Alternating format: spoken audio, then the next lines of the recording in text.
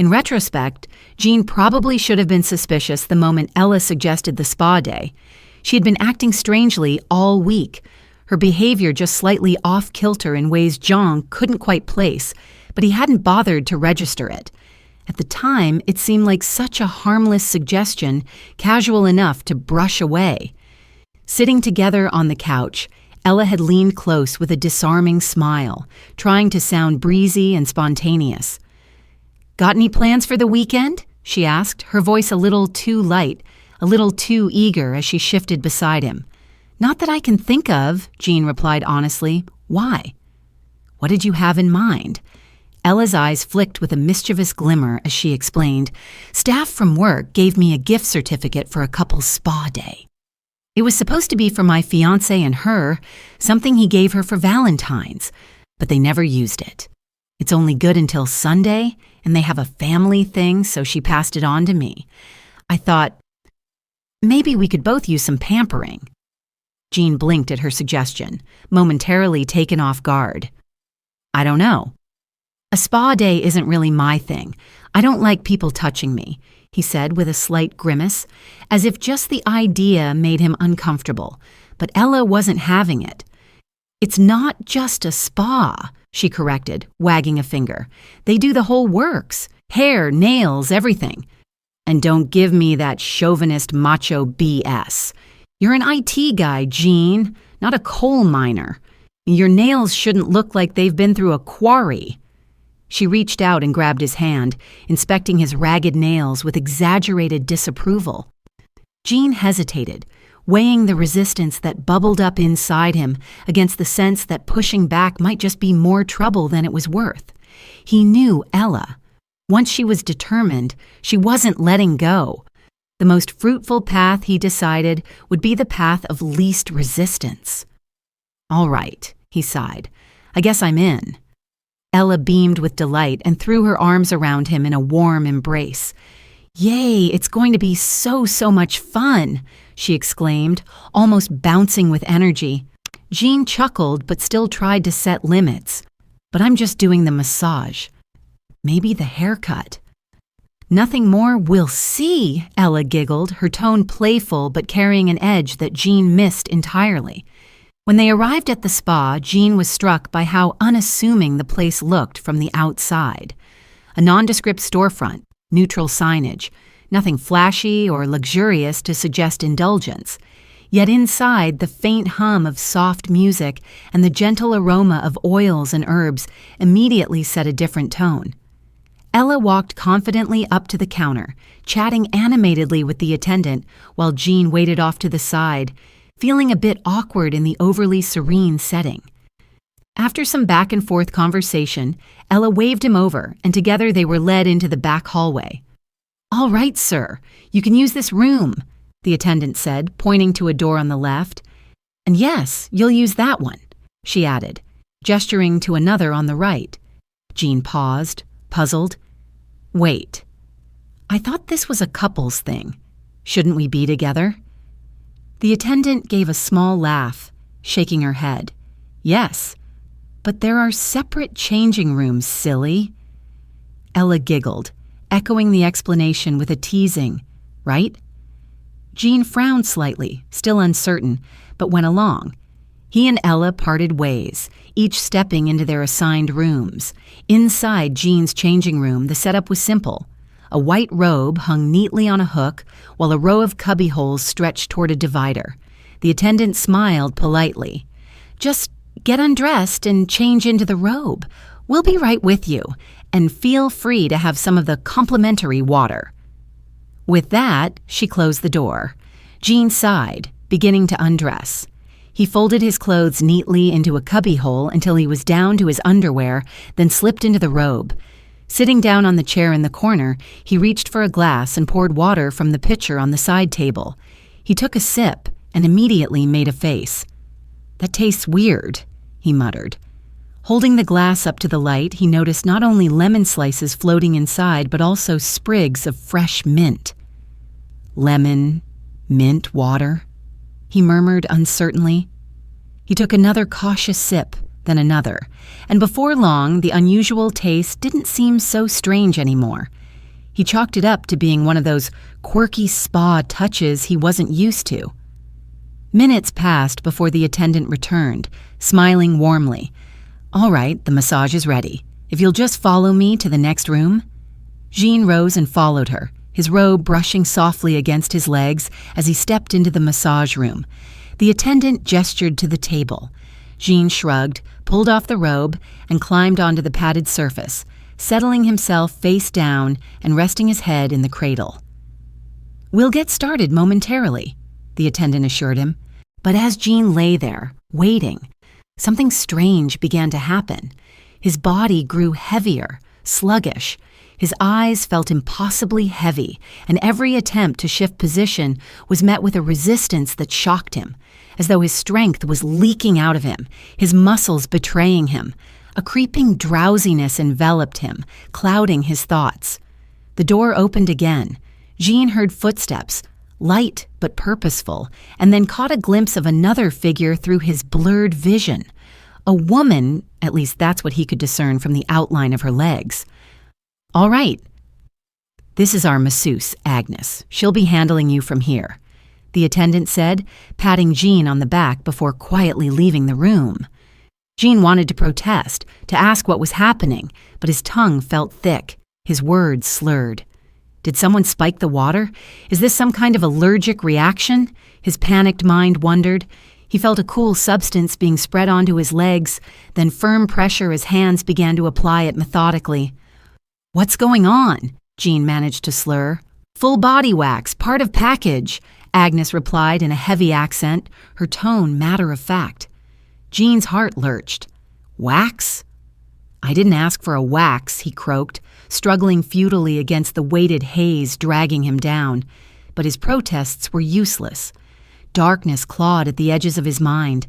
Just before it claimed him fully, he felt the searing, ripping pain of wax tearing free from his leg, hair and all. His strangled cry dissolved as consciousness abandoned him. 1 week earlier, Ella had been curled up on the couch watching TV when a faint ringtone drifted from the bedroom. Jean had run downstairs to grab the mail, and she assumed whatever it was could wait. But when the ringtone stopped and started again, her curiosity got the better of her. With a small sigh, she paused her show and padded toward the bedroom. Jean's phone sat on the nightstand, screen alight with notifications. She picked it up, intending only to glance, but her breath caught the moment she saw the texts. The messages were short, intimate, damning. "Last night was wonderful. When can I see you again?" read one. Ella's heart clenched, her stomach dropping away into a cold void. Last night, Jean had claimed he was working late, installing a new server at the office. Clearly, he had been doing much more than server installation. Her mind whirled as she scrolled, piecing together fragments, trying to recall names from his office. The sender was simply labeled MW work. MW. She racked her brain but couldn't match the initials to anyone she'd heard him mention. Driven by an icy mix of rage and disbelief, she tapped the number and hit call. The line clicked, and after a few beats, a feminine voice answered with a sultry purr. "There you are, lover boy." I was starting to get worried. Ella's blood ran hot. "Who is this?" she demanded, her voice cutting like glass. The voice faltered. Who is this?" "I'm Ella," she said coldly, "Jean's girlfriend." "Oh, God." The voice on the other end sighed, suddenly flustered. "I had no idea." A pause, then softer. "I'm Melanie. I'm a temp at Jean's office." Ella's grip tightened on the phone. "How long?" she asked, the words sharp, clipped. "A few weeks, I swear," Melanie rushed. "He never told me he had a girlfriend." The sound of keys jingling at the front door jolted Ella. Jean was back. Thinking quickly, she steadied her voice. "I think we have a lot to discuss. Are you free for coffee tomorrow?" "Yeah," Melanie said, sounding guilty, weary. "Good. I'll text you the address." With that, Ella hung up, immediately erasing the texts and the record of the call. Stealthily, she forwarded herself Melanie's contact before wiping the trail completely. She replaced the phone exactly where it had been. her expression smoothing into something deceptively calm just as Jean stepped through the door. "Hey, babe," Ella exclaimed brightly, embracing him with practiced ease. "Anything happen while I was gone?" "I was only a few minutes," Jean asked, smiling, oblivious. "Nope," Ella replied, hugging him tighter, her eyes fixed on the wall over his shoulder, her mind already sharpening plans. The cafe smelled faintly of roasted beans and pastries, a cozy contrast to the turmoil boiling inside Ella's chest as she sat cradling her mug. She had arrived early, hoping to compose herself, but the minutes stretched endlessly until she spotted the nervous redhead stepping through the door. Melanie scanned the room, hesitant, her eyes darting until Ella raised a hand to wave her over. The woman approached slowly like someone approaching a firing squad. "Ella?" she asked softly. "Yeah," Ella replied with clipped calm, offering no smile. "I'm Melanie," the woman confirmed as she slid into the seat across from her. Her guilt was practically written on her face. "I'm so sorry." "It's not your fault," Ella said evenly. "You had no idea, and we both thought we could trust Jean." Her voice faltered on his name, a flash of venom beneath the surface. Melanie twisted her hands around her coffee cup, eyes downcast. "I've already tried to avoid him at work, but it's not easy. I'm probably only there a few more weeks anyway. Honestly. You could have him if you wanted, but I figured you're as angry about this as I am." "You figured right," Ella said. She sipped her coffee slowly, letting the bitterness settle on her tongue. "Though it does make sense now. He only ever agreed to meet you at the office or your place, didn't he?" Melanie nodded. "Anytime I asked about his apartment, he said his roommate was against having dates over. I guess that was his way of lying without technically lying." Ella gave a dry laugh. "I'm surprised he's capable of truth at all." She studied Melanie for a moment. The woman looked younger than Jean, softer, earnest in a way that made Ella's anger redirect entirely toward him. "You seem remarkably calm. Most women in my position would have come here ready to claw your eyes out." "I was worried about that," Melanie admitted. "But like I said, I didn't know. I'm not the enemy here." "No," Ella agreed, her voice cooling to steel. "Jean is. And that's why I wanted to meet you, so we could both get back at him." Melanie blinked in surprise, then tilted her head, curiosity warring with caution. "Revenge." Ella leaned forward, her eyes glittering. "Revenge sounds like fun, doesn't it?" Melanie hesitated, then smiled faintly. "What did you have in mind?" Jean's eyes fluttered open hours later, consciousness trickling back in like a tide. He expected agony, raw, burning pain in his legs from the wax, but instead his body felt strangely soothed, his skin cool and tingling against the chair in which he now sat. Confusion fogged his mind as he tried to orient himself. How had he moved from the table to here? His vision was blurry, but shapes resolved slowly into clarity. And then he heard Ella's voice, sing-song sweet, slicing through the haze. "Wakey, wakey, baby," she crooned. Jean blinked rapidly, focusing on her. She was dressed exactly as she had been when they arrived at the spa. Same ponytail, same casual clothes, unchanged as though she had never undergone any treatments. Something was terribly wrong. "What's going on?" he slurred. "Karma," Ella replied with a chilling smile. "It's a bitch. And so are you." His confusion deepened. "What are you talking about?" "I know you've been cheating on me," Ella said bluntly. Her eyes blazed with cold triumph. "What? No, that's not—" "Save it," she snapped. Before Jean could protest further, another voice joined the room. Light, mocking, unmistakable. "Oh, it's a little late for that, lover boy," Melanie sang, stepping into view. Jean's breath caught. Mel, baby." "Stuff it," Melanie cut him off sharply, her tone dripping with disdain. His mind reeled. How did you—" "Guess you should have kept your phone with you," Ella interrupted with a wicked grin. Jean's stomach dropped. His secret had unraveled, his lies exposed, and now the two women stood united before him. 6 days earlier, the cafe alliance had been cemented. Over steaming mugs, Ella and Melanie's shared outrage fused into something sharper than grief. They compared stories, piecing together the puzzle of John's duplicity, the late nights, the excuses, the carefully chosen half-truths. And as the minutes stretched on, their anger transformed into resolve. By the time they parted, they weren't rivals. They were conspirators.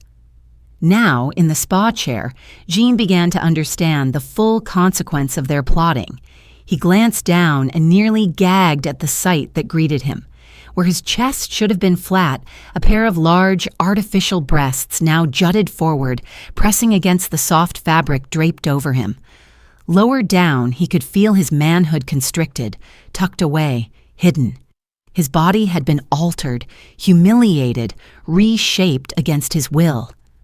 I guess I deserve this, Jean whispered hoarsely. I'm sorry. But when he tried to push himself up, he realized his arms were bound tightly to the chair with layers of tape. His apology was as powerless as his restrained body. No, you're not sorry, Ella sneered. Not yet. She gestured toward Melanie, who peeled a strip of tape from a nearby table and pressed it firmly across Jean's mouth. His muffled cry filled the room, desperate and pathetic. This is just the first step, Melanie smiled coldly. We're not anywhere near finished. But don't worry, you'll have no problem finding dates when we're through with you. Jean thrashed weakly, but his limbs were still sluggish, the remnants of whatever had been in the water sapping his strength. The spa employees moved with clinical detachment, following the women's instructions as if this were just another service.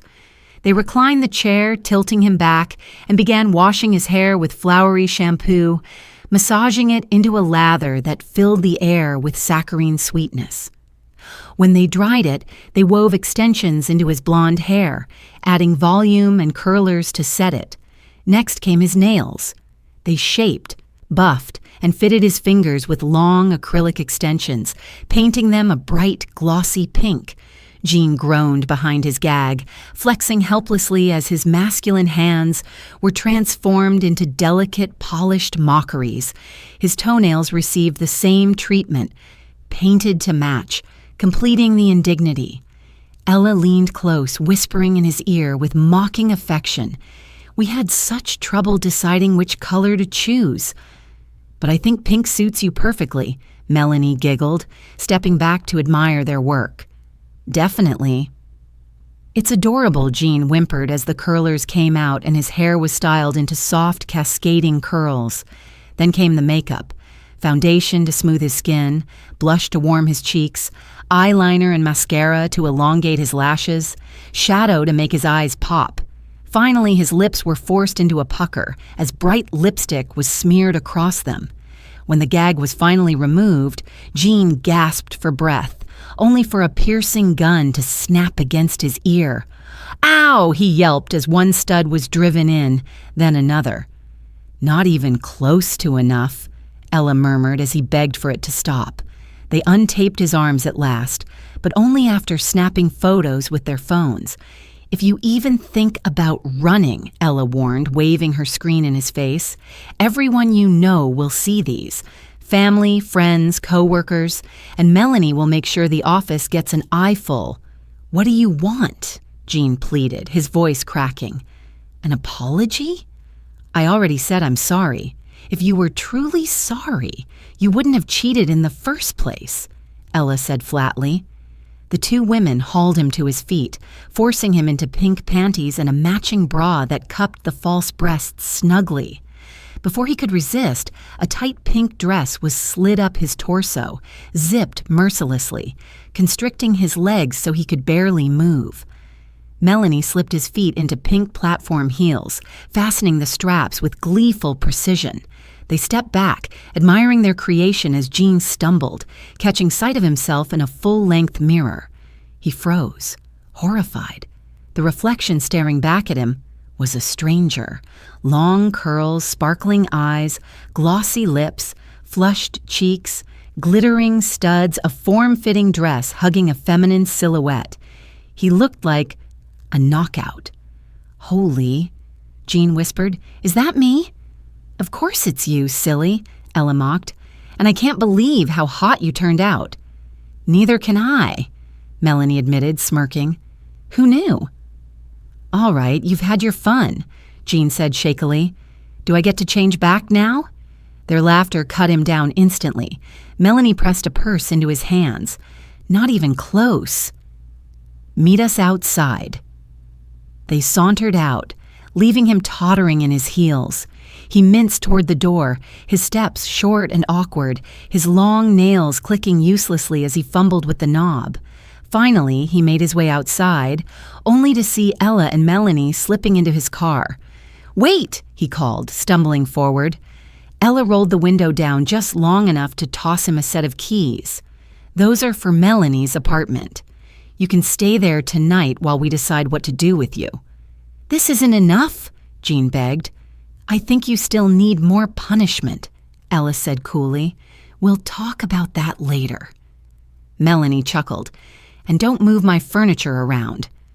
With that, they rolled the window up and sped off, leaving him standing there in heels and a dress, clutching a purse. He opened it desperately, finding only his ID, a lipstick tube, a compact, and, humiliatingly, a condom. No money, no phone, nothing to shield him from the gauntlet of eyes awaiting him outside. He sighed heavily, realizing he had no choice. He began walking, legs trembling, every passerby staring. Men with hungry eyes, women with jealous glances, mothers pulling children aside. The tight dress forced him into tiny, mincing steps, the heels wobbling precariously with every movement. As the sun dipped lower, a car slowed beside him, the window rolling down to reveal a man leaning out with a grin. "Hey, baby," the stranger drawled. "Need a ride?" Jean froze, heart hammering. Walking the rest of the way would be torture, but what would the man demand in exchange for the lift? Either path was fraught with danger.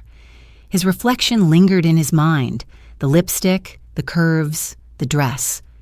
He took a deep breath, forcing his voice into the highest falsetto he could muster. "Sure," he said softly, climbing into the passenger seat. "Which way you going?" the driver asked. Jean gave the address. The car pulled away, and dread pooled deep in his stomach. He didn't know what awaited him after this ride, or what new horrors Ella and Melanie still had planned, but he knew one thing with icy certainty. Hell hath no fury like two women scorned.